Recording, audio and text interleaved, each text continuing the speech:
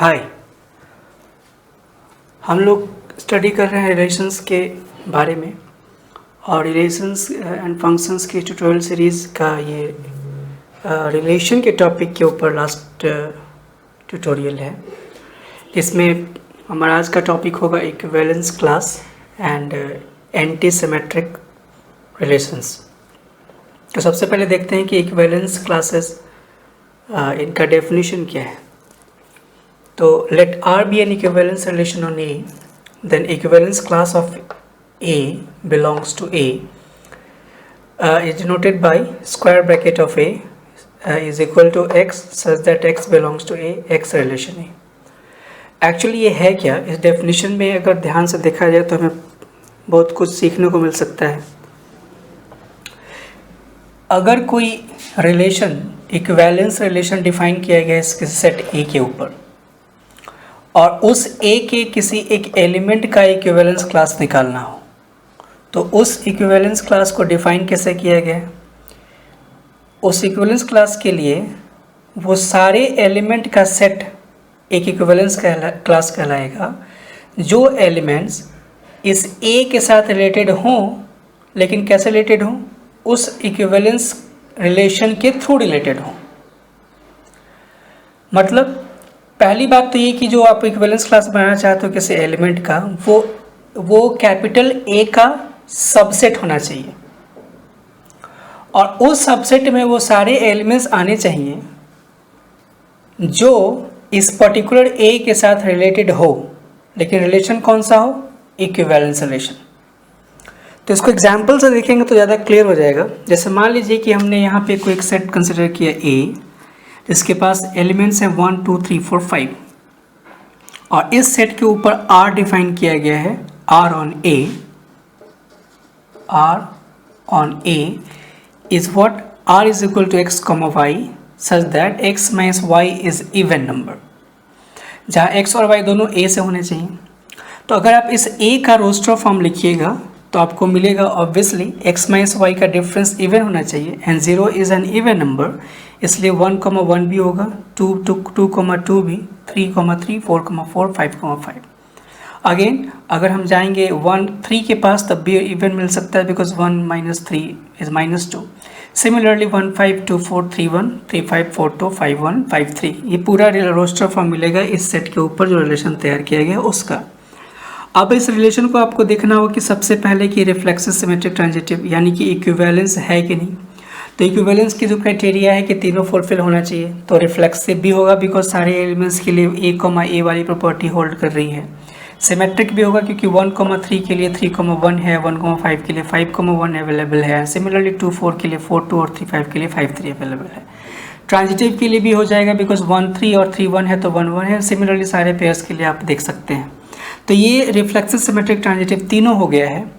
अब मान लीजिए कि हमें इस एलिमेंट 1 के लिए इक्विवेलेंस क्लास बनाना है। मतलब हमारा मेन आज का टॉपिक तो यही समझना है कि इस एलिमेंट 1 का इक्विवेलेंस क्लास क्या होगा। तो देखना कैसे, आप ध्यान दीजिए। इस डेफिनेशन को अगर ध्यान से देखोगे तो पता चलेगा कि हमें x ढूंढना है और वो x कैसा होना चाहिए, इस A के साथ रिलेटेड होना चाहिए। तो आपको देखना है कि यहाँ पे x रिलेशन A में A सेकेंड कॉम्पोनेंट है ऑर्डर पेयर का और जो फर्स्ट कॉम्पोनेंट है उसी का सेट बनाना है। मतलब अगर हम इस 1 का ऑर्डर पेयर देख रहे हैं, 1 का इक्विवेलेंस क्लास देखना चाहते हैं, तो हमें देखना होगा कि 1 कहाँ ऑर्डर पेयर में सेकेंड कॉम्पोनेंट के रूप में है। तो आप देखिए यहाँ पे वो सेकेंड कॉम्पोनेंट है 1, यहाँ पर सेकेंड कॉम्पोनेंट है और यहाँ पर सेकेंड कॉम्पोनेंट है। यानी कि ये इस 1 के साथ जो मैंने रेड से मार्क किया है उसके लिए फर्स्ट कंपोनेंट जो भी मिलेंगे, दैट इज़ यहाँ वाला 1, वहाँ का 3 और यहाँ का 5, और ये बनाएगा इक्विवेलेंस क्लास ऑफ 1।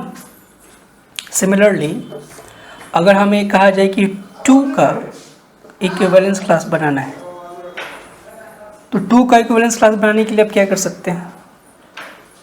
अब हमें 2 को देखना होगा, this is 2 and he is also 2। तो इस 2 का इक्विवेलेंस क्लास बनेगा ये एलिमेंट 2 और ये एलिमेंट 4, और ये कहलाएगा इक्विवेलेंस क्लास ऑफ 2।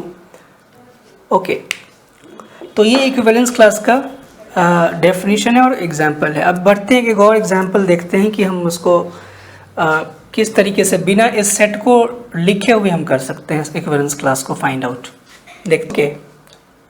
तो इस क्वेश्चन में ये पूछा गया है कि let R be a relation on R is the set of real number, black board R जो लिखा गया है, such that this R is equal to, जो रिलेशन R है x, y, mod x is equal to mod y, where x, y belongs to R। हमें find करना है equivalence class of 0, equivalence class of -7 and equivalence class of 7।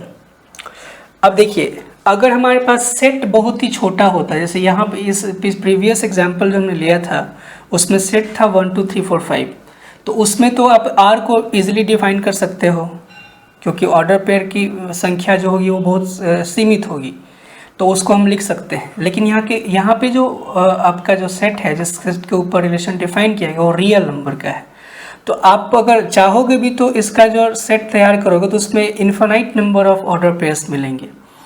तो इसका अब सीधे हमें इस 0 का अगर हमें इक्विवेलेंस क्लास लिखना होगा तो हम infinite number of order pairs R का ना लिख के डायरेक्टली फाइंड आउट कर सकते हैं। तो बेसिकली में ध्यान देना है कि इक्विवेलेंस क्लास का डेफिनेशन क्या कहता है। तो अगर हमें पता है कि इक्विवेलेंस क्लास का डेफिनेशन, अगर A का इक्विवेलेंस क्लास लिखना है तो इसका मतलब है x सच दैट x होना चाहिए किसी सेट A से, तो यहाँ पे हमें लेना पड़ेगा उस सेट से R से क्योंकि रियल नंबर दे रखा है, और ये भी होना चाहिए कि x रिलेशन में होना चाहिए, this R is for relation, this R is for real number set इस A के साथ। अब इसी चीज़ को हम यूज़ करेंगे अपने 0 के केस में। तो 0 का इक्विवेलेंस क्लास लिखने का मतलब होगा कि हमें ऐसे x को ढूंढना है जहाँ पे x हो तो रियल नंबर से और x रिलेटेड हो A के साथ। अब रिलेशन कैसा है, x रिलेशन A का सिंपल मीनिंग दे रखा है, इसको मैं पहले लिखी दूँ, x रिलेशन हो 0 के साथ। अब x रिलेशन 0 का मतलब है कि आप इसको आगे बढ़ाओगे तो इस चीज़ को डिफाइन कर लोगे आप और ये चीज़ वैसे ही छोड़ने जाओगे, इसके हम ऐसे छोड़ देंगे और इस x रिलेशन 0 को डिफाइन किया जाएगा तो ये डेफिनेशन मिलेगा आपको और ये मिलेगा हमें mod x is equal to mod 0। आप ध्यान दीजिए, हमें ढूंढना x है और हमने a की जगह सब्स्टिट्यूट कर दिया 0, मतलब कि ये जो y था उसकी जगह हम 0 सब्स्टिट्यूट कर रहे हैं। तो यहाँ से आप ऑब्वियसली सोच सकते हो कि इस x की कौन सी वैल्यू होगी जो इस 0 के इक्वल हो जाए, ऑब्वियसली 0, और वही हमारा आंसर होगा। मतलब कि जो इक्विवेलेंस क्लास ऑफ 0 मिला वो हमें आंसर के फॉर्म में क्या मिला, the set which has element 0। आप ध्यान दीजिए, इक्विवेलेंस क्लास ऑफ 0 क्या है, एक सेट है जिसके पास एक ही एलिमेंट है 0। ओके, मतलब ये कि अगर इस प्रॉपर्टी को होल्ड कराया जाए और एक y की वैल्यू 0 रखी जाए तो एक ही एलिमेंट एसोसिएट हो पाएगा उस y से जो कि 0 है, और वो नंबर कौन सा है, 0 है। इसको आगे बढ़ाते हैं और इस एग्जाम्पल को देखते हैं -7 के केस में। तो मैं केवल क्या करूँगा कि इस -7 को यहाँ रिप्लेस कर दूँगा 0 को हटा के, और यहाँ भी हो जाएगा आपका -7 और यहाँ भी होना चाहिए आपका -7। तो अब आप यहाँ पे कैलकुलेशन आप थोड़ा सा देखोगे, जो एल्जेब्रिकली कैलकुलेट किया जाएगा चीज़ों को, तो यहाँ पे हो जाएगा mod x is equal to +7, because -7 का मॉड +7 हो जाएगा। और अगर mod x is equal to 7 given है, इसका सीधा सा मतलब है कि x की दो वैल्यूज होंगी, -7 एंड +7। मतलब आप समझ भी सकते हो कि x की ऐसी कौन सी वैल्यू रखी जाए यहाँ पे या यहाँ पे कि जो कि उसका मॉड करने पे 7 आ सके। तो ऑब्वियसली x की दो वैल्यूज हो सकती है -7 एंड 7। मतलब कि -7 का जो इक्विवेलेंस क्लास होगा, सॉरी, वो मिलेगा आपको set which has -7 and 7।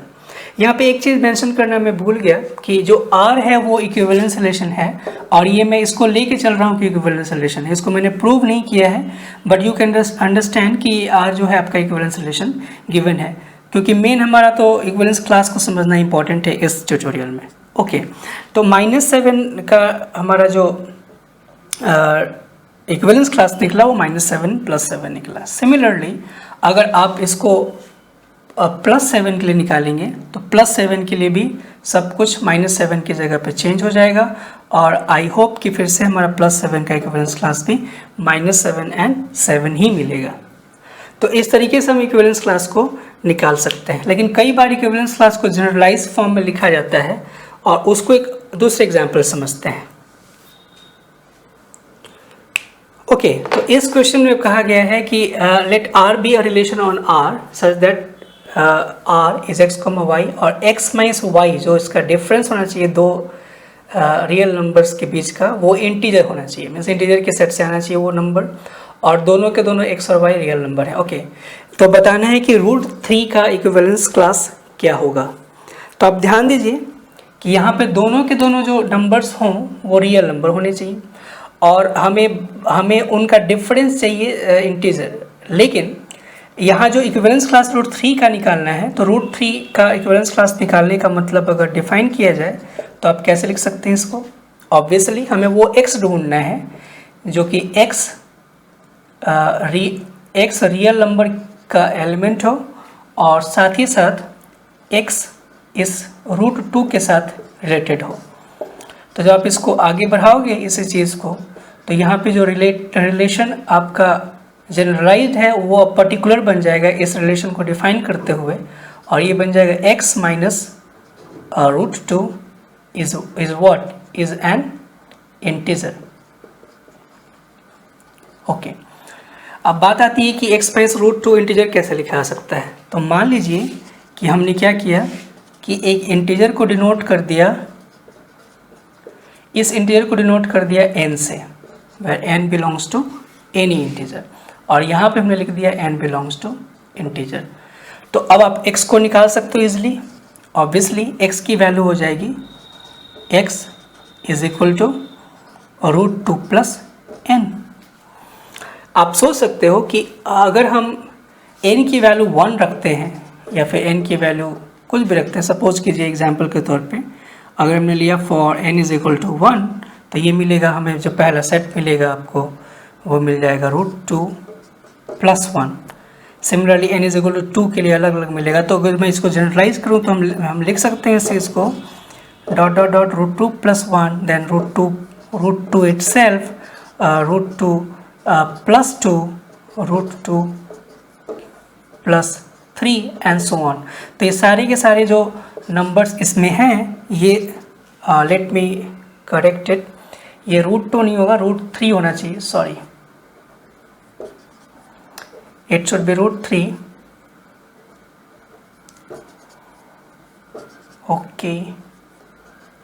Okay, so ये हमारा √3 होना चाहिए, सॉरी फॉर दैट, बिकॉज इसमें क्वेश्चन में √3 दे रखा है।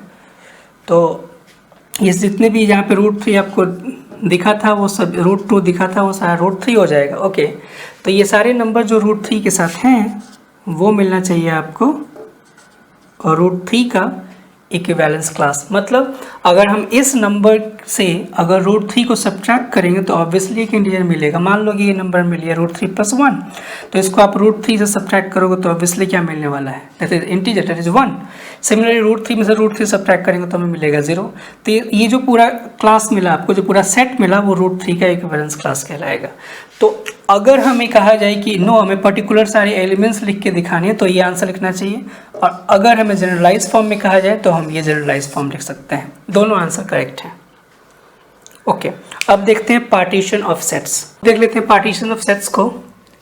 इसमें अगर if sets E1, E2, E3 up to En are subsets of A and इन सारे सबसेट्स के बारे में दो तरीके की प्रॉपर्टी हो, जैसे इन सभी का जो यूनियन हो वो A के इक्वल हो जाए, means E1, E2, E3 up to En का जो यूनियन आए वो A मिल जाए, और किसी भी दो सबसेट्स का जो इंटरसेक्शन हो वो फाई हो, मीन्स कोई भी दो सबसेट्स म्यूचुअली एक्सक्लूसिव हों, यानी कि pair wise mutually exclusive subsets हों और उनका यूनियन A हो। तो ये जो E1, E2, E3, En तक के जो आपके सबसेट्स होंगे वो A के पार्टीशंस कहे जाएंगे।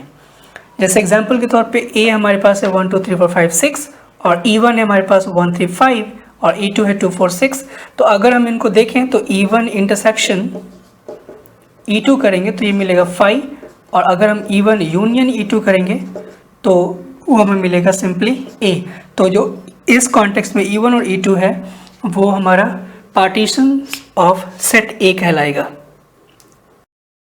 ओके, तो एंटी सिमेट्रिक रिलेशन क्या है इसको देखते हैं। A relation R on A such that ऐसा रिलेशन होना चाहिए A पे कि अगर सच दैट ऐसा लिख देते हैं A, B belongs to R and B, A belongs to R implies A is equal to B।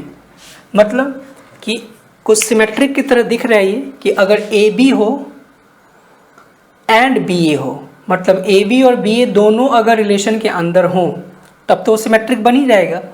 तो अगर AB और BA दोनों रिलेशन के अंदर हैं और अगर ऐसा होने से हमें ये पता चलता है कि A और B आपस में इक्वल होने चाहिए, तो हम कह सकते हैं कि वो रिलेशंस एंटी सिमेट्रिक है। इसको एग्जांपल से देखते हैं। जैसे सपोज कीजिए कि मैंने कहा कि रिलेशन डिफाइन है x, y such that x is less than equal to y, और यहाँ पे कह दिया मैंने x, y belongs to suppose कीजिए इंटीजर। तो x, y x less than equal to y दे रखा है, तो ऑब्वियसली मतलब is greater than equal to का x not more than y का ये केस है, इज नॉट मोर देन। तो अगर हम x, y and y, x को रिलेशन में देखेंगे, मीन्स अगर x, y R में है और y, x भी R में है तो ऑब्वियसली x और y बराबर होने चाहिए। इसका मतलब ऐसा कि अगर x y से भी लेस है as well as y less है x से, तो इसका एक ही तरीका बचता है कि अच्छा x y से भी लेस होगा और y x से भी लेस होगा, तो इसका मतलब क्या हुआ कि x और y आपस में बराबर होंगे। तो ऐसे रिलेशंस को हम लोग एंटी सिमेट्रिक रिलेशंस बोलेंगे। ओके, तो अब हमने ये रिलेशंस का जितना टॉपिक है उसको मैंने कोशिश किया क्लियर कर दिया होगा। तो आई होप कि आप लोग समझ गए होंगे, और साथ ही साथ पीछे की ट्यूटोरियल्स को भी आप अगर देखोगे तो वो सारा सीरीज़ वाइज डिस्कस किया गया है। तो हम लोगों ने उसमें डिस्कस किया था सबसे पहले 3 यूनिक टाइप के रिलेशंस को, जिसमें empty relation, identity relation and universal relation को डिस्कस किया गया। फिर रिफ्लेक्सिव, सिमेट्रिक एंड ट्रांजिटिव का तीनों इंडिविजुअल एक वीडियो है। एंड उसके बाद हमने इक्विवेलेंस रिलेशन प्रूव करने के जो तरीके हैं उसके लिए प्रॉब्लम्स के थ्रू 2 वीडियोस को प्रोवाइड किया गया है, सो दैट कि आप इक्विवेलेंस रिलेशन को प्रूव कर सको और डिसप्रूव भी कर सको। So in next tutorial we will start functions. So thanks for watching.